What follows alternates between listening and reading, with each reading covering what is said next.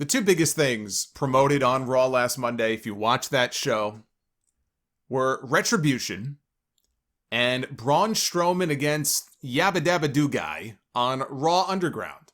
Neither of which have anything to do with the pay-per-view tonight. So as a go-home show, Raw was a complete failure on Monday night. As a television show overall, that Raw show Monday night was a complete abject failure.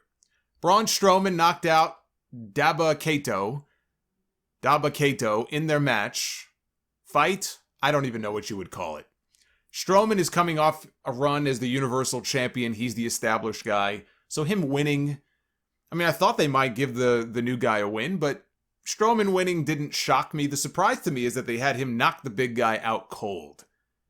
This was a decisive win over Dabba Kato, which to me was a total waste of time.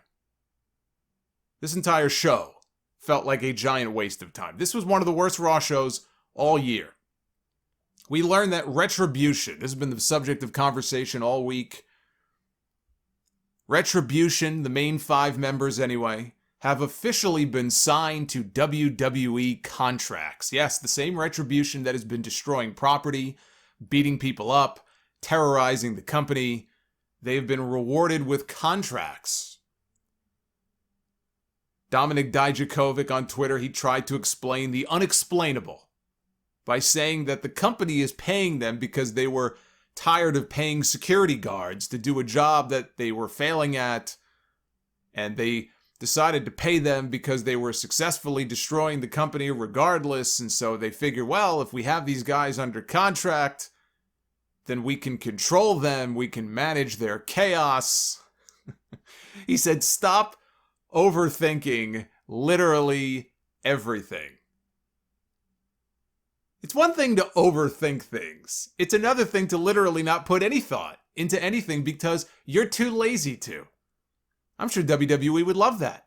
If every fan just stopped overthinking everything they did, they wouldn't have to answer for any of their stupid ideas. The only way to make sense out of this. Now this whole thing feels to me like they're just kind of throwing shit at the wall to see what sticks. And they wanted something similar to the NWO, similar to the Nexus, to get people talking, to get people excited. Oh my God, it's an invasion. Maybe it'll bump the ratings up a little bit. That it feels to me like more than having a long-term vision for this, that's what this feels to me. Now, if I'm wrong, then their long-term vision is going to pay off with some big reveal. There's going to be some big twist, some big swerve here coming in the weeks ahead, and we'll see. We'll see if they make me eat my words and if it plays out that way. But that's not what this feels like to me. So I'm going to tell you the only way to make sense out of all this is to find that either Triple H is the mastermind behind this and it's the start of some kind of angle where he is trying to take over from Vince McMahon, or it's Shane McMahon, who has been secretly engineering this whole thing from the beginning, and somehow this ties in with Raw Underground. Raw Underground just so happened to sprout up out of nowhere on the very same night, I think, that we saw the first appearance by Retribution.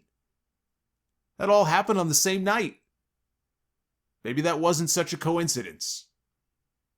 Maybe I'm giving this more thought than they have. Those are the only two ways to kind of work this angle where them getting contracts and all that could possibly make any sense at all. Hey, Dio Madden is part of this group. Dio Madden was in the crowd for some of those early Raw Underground segments too, banging on the mat. He was there.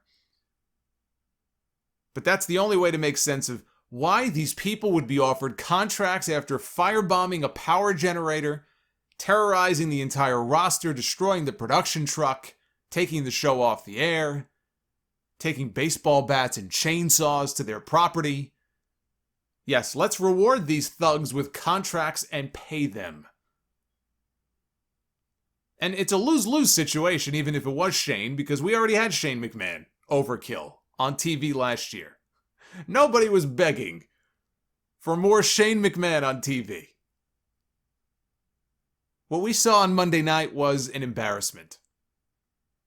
If you're a wrestling fan, I don't see how you can classify what we saw Monday night as anything but an embarrassment. And if you think that they're well-intentioned And well, you know, in the past, the company has tried to come up with interesting gimmicks for people who maybe on their own are not so interesting. Because look at who's in the group. Shane Thorne. When I would see Shane Thorne on NXT, I didn't give a shit. So could this be a positive thing in the end for Shane Thorne in some weird way? Who knows? Maybe it can be. Because Shane Thorne wasn't doing it for me in NXT. Dijakovic, you could say that he's vanilla or he's this or that. Dijakovic is a very good athlete who was going out there having very good matches. You could have come up with any number of ideas for him as a babyface, as a heel, tweak the character a little bit without going to this degree. Which is so far over the top that I can only hope that over time he can wash the stink of this off himself and just redeem himself and go on to have a successful career. This is the kind of gimmick, depending on how long they drag this out for, that could be a career killer. I'm not going to sit here and tell you that all these guys are done, stick a fork in them and get rid of them now because they're toast. Because I don't believe that to be true. There's always a way to redeem yourself and try to come back. There's always a road back.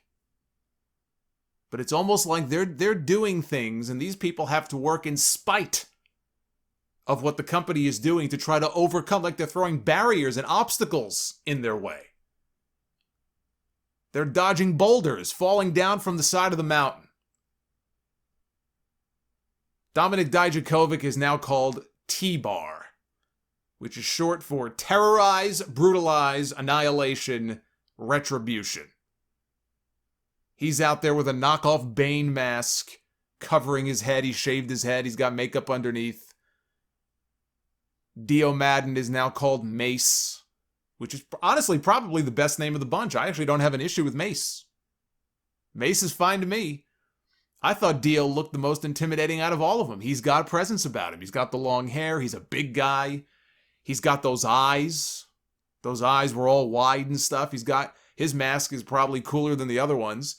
I actually thought that Dio, out of all of these goofballs we saw on TV Monday night, looked the best. Or if any of them were intimidating, it was probably Dio out of all of them. Then you got Shane Thorne, who I just mentioned. Shane Thorne is now being called Slapjack. Now, I'll spare you the Urban Dictionary definitions. I'm sure you've already seen it a million times this week. This entire group, between the Urban Dictionary definitions of some of these names and the way they look and sound and everything, I honestly, truly wonder if this was, and I don't know if it was Bruce Pritchard, I don't know if it was just somebody else behind the scenes. It just comes off to me as someone who is trying to amuse themselves, like it's one giant rib that's now playing itself out on TV. And now it's up to them, it's up to these guys to try to get this thing over. Slappy's out there, he's got a Jason Voorhees hockey mask on his face. Mia Yim has a mask on like something out of Silence of the Lambs. You can clearly see it's Mia Yim. She's now going by the name Reckoning. Mercedes Martinez is going to be called Retaliation. That may be one of the worst ring names I've ever heard. When you say it, it doesn't even work. That sounds like the name of a faction, not the name of a wrestler. If you're going to go with old school 80s names, yeah, and on occasion here on this show, I've advocated, oh man, I miss the days of Axe and Smash and Hawk and Animal, but those were fucking cool names, man. I had one person say, but haven't you argued that before? Yeah, I have, because those were actually badass names. You're going to compare Axe and Smash and Hawk and Animal to fucking Slapjack? At least try to come up with something cool. Remember the American Gladiators? They had all the different seasons of American Gladiators. They'd bring in different men and women. Like some of the women they had, we had Blaze. I think Nitro is one of them, actually. But we had Blaze, we had Jade, we had Fury. Now we have Slapjack and Retaliation. But I meant what I said on Twitter Monday night when I first saw all this go down. I said they sound like they look and sound like a group that the Shredder would yell at for letting those damn turtles get away. It's like something out of a cartoon out of the late 80s. They're out there looking like a bunch of trick-or-treaters.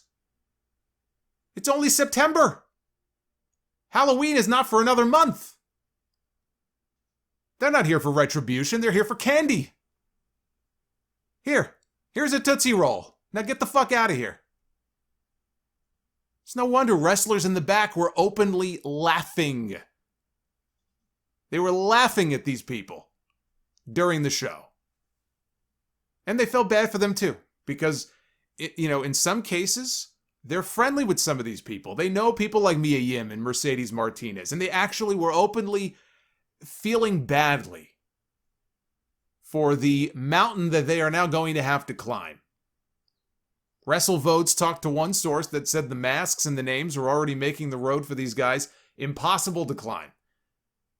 He said one of the female names that thankfully got scrapped, that it doesn't look like they're going to use, although I can't say that Retaliation is much better, but one of the names they ditched was Shatter. They were going to call one of the women Shatter. Shitter would be more appropriate, which is where this entire angle belongs. You've got Mia Yim out there as part of the same group that cost her boyfriend Keith Lee a championship match last week, which means yet again they are going to completely retcon everything we were told about these people on NXT, because now it's Raw. It's Raw and SmackDown. So what happened in NXT doesn't matter anymore. And this is one of the things that really annoys me about this. I'm not saying that every little thing that happens in NXT has to be mentioned or followed up on the main roster, but to completely ignore it time and time and time again the way they do. You may have been able to do that years ago, but now NXT airs on the same network that airs Monday Night Raw. This is no longer just a network show. This is a USA Network show every Wednesday night, the same USA Network that airs Monday Night Raw. And how many interviews have we heard Triple H give in the last year, 2 years, when this question comes up? How do you view NXT? Is it developmental? Is it its own brand? And Triple H has said it's no longer developmental. It is his own third brand. Well, if that's the case, then you need to stop treating the fans like idiots and give us some consistency here. They bring these people up and they just want you to forget everything that you saw of them on NXT. It's like they never existed. Then why invest time in watching NXT? Now these people have started Twitter accounts. T-Bar has a Twitter. Mace has a Twitter. Slapjack. They started their own Twitters, where they rebranded their existing Twitters, whatever they did. And they're trying to be entertaining and witty, and they're posting all these witty tweets online. Just because they're doing that doesn't make this suddenly a good idea. What they're trying to do is probably salvage this shit that they have been given. But all the tweets in the world aren't going to matter. What matters at the end of the day is what we see on TV. Becky Lynch was as good as anybody when it came to her Twitter game, and it really enhanced the character. But Becky Lynch didn't get over on Twitter. Becky Lynch got over on television, and Twitter just kind of enhanced everything. And she had somebody to go back and forth with in Ronda Rousey on Twitter, and that got people very excited. It was entertaining. But there's got to be an element on TV with the promos and the matches that gets people interested in these guys, and that just hasn't happened so far. So you can post all the twitty, I don't even know what I'm saying anymore. You can post all the witty tweets in the world, twitty, witty, shitty. Post all the tweets you want. Doesn't matter how witty they are. That does not make this a good idea. This is shit. And it's not going to last very long. They may try to build to something at Survivor Series with this. I could see them wanting to do something with the Raw roster against Retribution. I give them until Survivor Series before the names change or the look changes or they drop the whole gimmick. If there's a draft, maybe they'll end up breaking them up and some of them will go to SmackDown. Drop the silly gimmick, try to salvage their careers on that brand. These guys deserve better. The Retribution stuff has been the epitome of wrestle crap so far. Just when I thought it couldn't get any worse, they somehow managed to top themselves this week. They also had them wrestle their first match on TV. They wrestled the Hurt Business, so we got heel against heel in the main event. And it ended when T-Bar who was not the legal man, he was on the apron. He struck Lashley or he went to give him a thumb in the eye. And this resulted in a disqualification. The only people who should be wearing masks over their faces are Vince McMahon and Bruce Pritchard. They should both be forced to wear brown paper bags over their heads with little frowns drawn on in magic marker.